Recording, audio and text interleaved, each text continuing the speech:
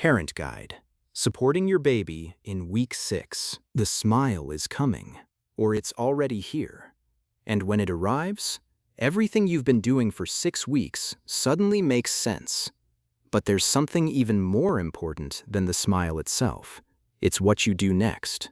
Because how you respond to that first smile will teach your baby something they will carry for the rest of their life. Welcome back to Tiny Steps Weekly. Week 6 is a milestone week, not just for your baby, but for you. The social smile is arriving. The 6-week postpartum check is approaching. And after the most intense physical and emotional period most people ever experience, it is time to take stock of your baby, of yourself, and of what this next chapter looks like. Today we are going to talk about how to respond to the social smile in a way that truly supports your baby's development. We are going to talk about the 6-week growth spurt, which catches many parents off guard. And we are going to talk about you, your body, your mental health, and what the 6-week mark means for your own recovery.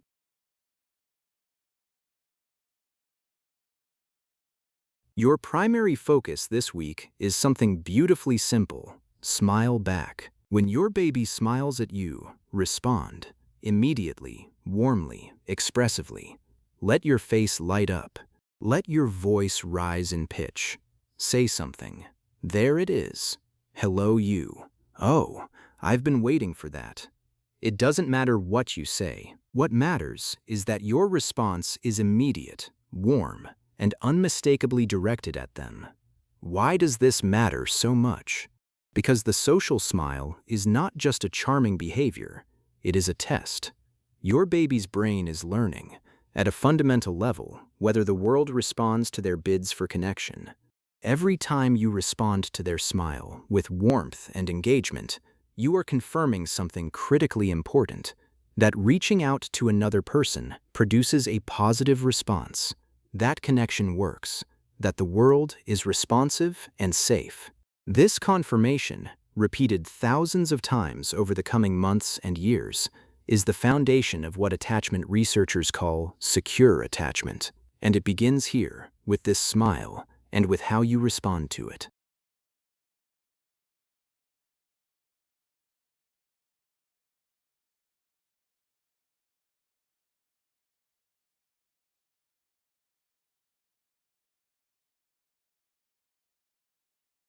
Week 6 brings one of the most common and most disruptive events of early infancy, the 6-week growth spurt.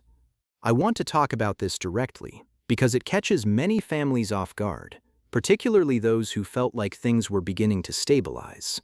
A growth spurt is a period of accelerated physical growth that requires more calories than usual. During a growth spurt, your baby will feed more frequently, sometimes almost constantly, for a period of 2 to 5 days. They may also sleep more than usual, be fussier than they have been recently, and be harder to settle. This is entirely normal, and it is temporary. If you are breastfeeding, a growth spurt requires a specific response.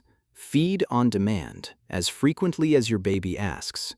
This increased feeding is not a sign that your milk supply is insufficient. It is the mechanism by which your body is being signaled to produce more milk.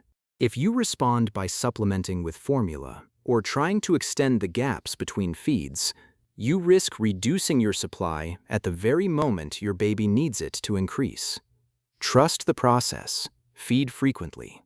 The spurt typically passes within a few days. Your supply adjusts, and things stabilize again. For formula-feeding families, a growth spurt may mean offering slightly more formula per feed or feeding more frequently.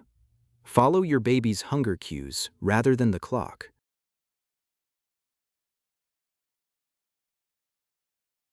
Sleep at 6 weeks is a topic I approach carefully with parents, because there is an enormous amount of conflicting advice in the world, and a lot of it is not helpful for families with a baby this young.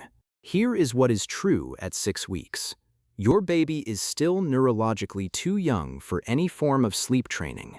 The circadian rhythm is still developing. The capacity for self-soothing is minimal. The need for responsive caregiving at night is entirely legitimate and developmentally appropriate. Any approach that involves leaving a 6-week-old to cry alone is not appropriate at this age, and I want to be clear about that. What is appropriate at 6 weeks is continuing to build the environmental and behavioral foundations that will support healthy sleep over the coming months. A consistent pre-sleep routine, a dark, quiet sleep environment with white noise, a safe sleep surface, always on their back, always alone, always in a crib or bassinet clear of soft objects, swaddling, if your baby responds well to it.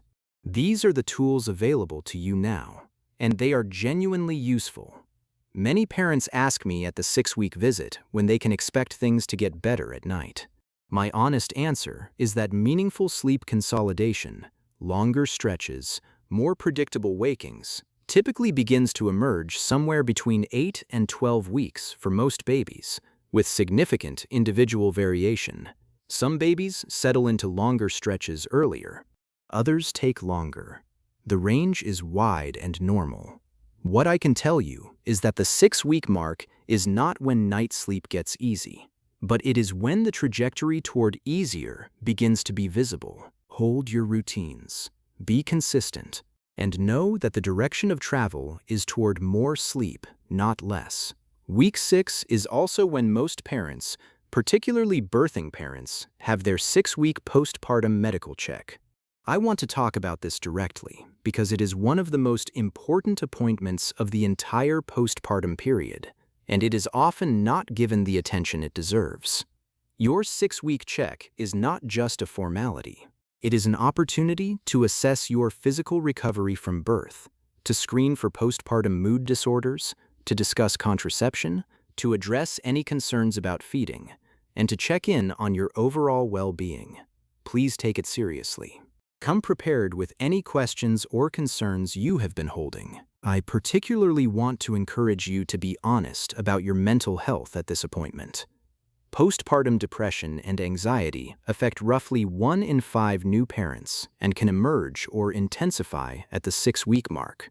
Symptoms include persistent low mood, anxiety that feels out of control, difficulty bonding with your baby, intrusive thoughts, and a sense of disconnection from yourself or your life. These are not signs of weakness. They are medical symptoms, and they are treatable. If you are experiencing any of these symptoms, please tell your doctor. If you are not sure whether what you are experiencing is bad enough to mention it anyway. There is no threshold of suffering that must be reached before you are allowed to ask for help.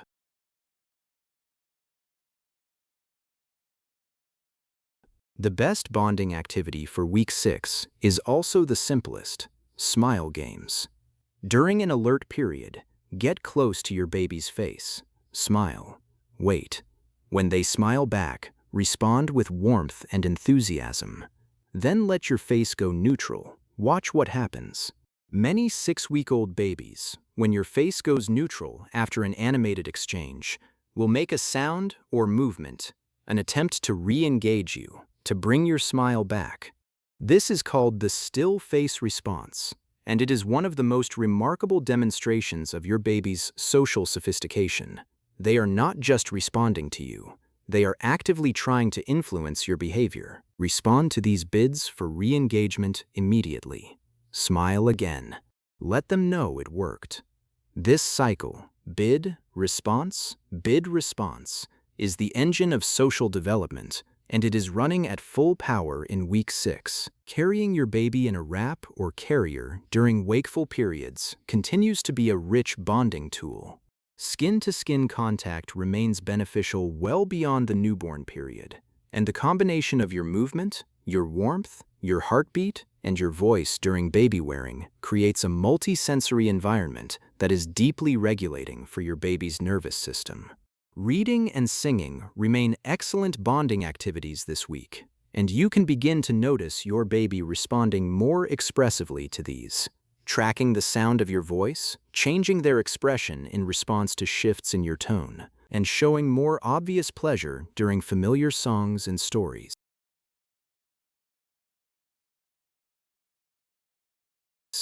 One of the most common mistakes I see at 6 weeks is parents interpreting the growth spurt as a feeding problem, concluding that their milk supply is failing or that their baby is not being adequately fed, and making changes to their feeding approach that inadvertently undermine the very supply they are trying to protect.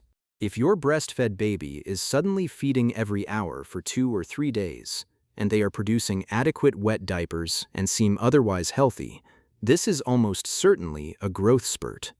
The response is to feed more, not less. Call your lactation consultant if you are uncertain, but do not reduce feeding frequency or introduce supplementation without professional guidance. Another mistake to avoid this week is skipping or minimizing the 6-week postpartum check. I have met many parents who feel that the appointment is primarily for the baby and that their own health can wait. It cannot. Your recovery matters. Your mental health matters. Please attend your check, and please be honest when you are there. And finally, please be careful about the advice you receive from well-meaning friends and family this week about sleep. You should be sleep training by now. My baby slept through the night at 6 weeks. You're making a rod for your own back. These statements are not supported by developmental science, and acting on them at 6 weeks can be genuinely harmful. Your baby is 6 weeks old. Responsive caregiving at night is not a habit to be broken. It is a developmental need to be met.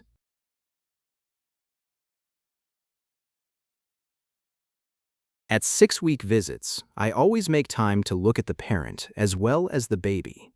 I look for the specific quality of exhaustion because there are different kinds. The exhaustion that comes with a sense of capability and connection looks different from the exhaustion that comes with despair. Most parents at 6 weeks show me the former.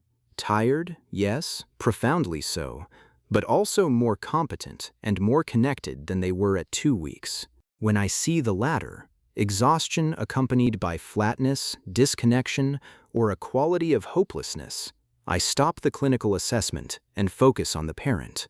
Because a parent who is not well cannot care fully for a baby who needs them. The health of the parent and the health of the baby are not separate things.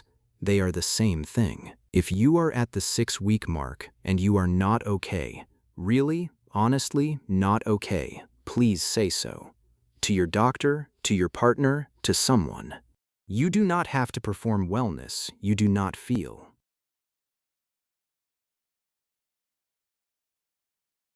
A question I hear often at 6 weeks is, "My baby smiles at me, but also at strangers.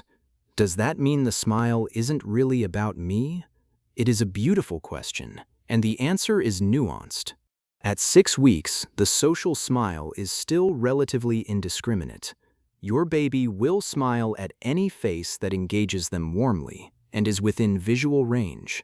The strong preference for familiar faces over unfamiliar ones, the phenomenon of stranger awareness, does not emerge until around 6 to 9 months. But here is what I want you to understand. The fact that your baby smiles at strangers does not diminish the significance of their smile at you. What makes your relationship unique is not that your baby smiles only at you.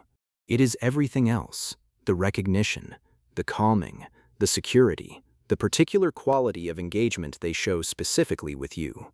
That is the attachment.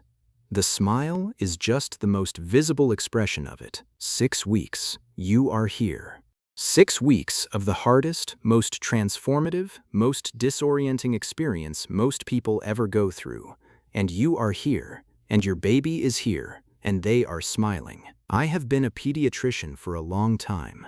I have sat with families in their most frightened moments, in their most exhausted moments, in their moments of profound doubt.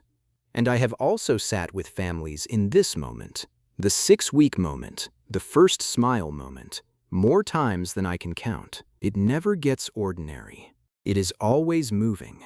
Because what that smile represents is not just a neurological milestone, it is the proof of something that was built in the dark, in the small hours, in the moments when no one was watching. It is your baby telling you, in the only language they have right now, "I know you."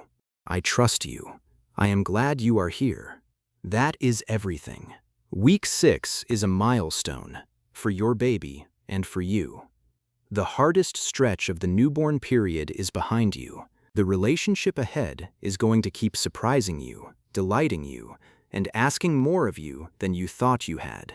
That is parenthood, and it is worth every moment. Subscribe to Tiny Steps Weekly. Every week, 2 new videos, clear, calm, science-based guidance from birth to age 5. We are honored to be part of your journey because every tiny step matters.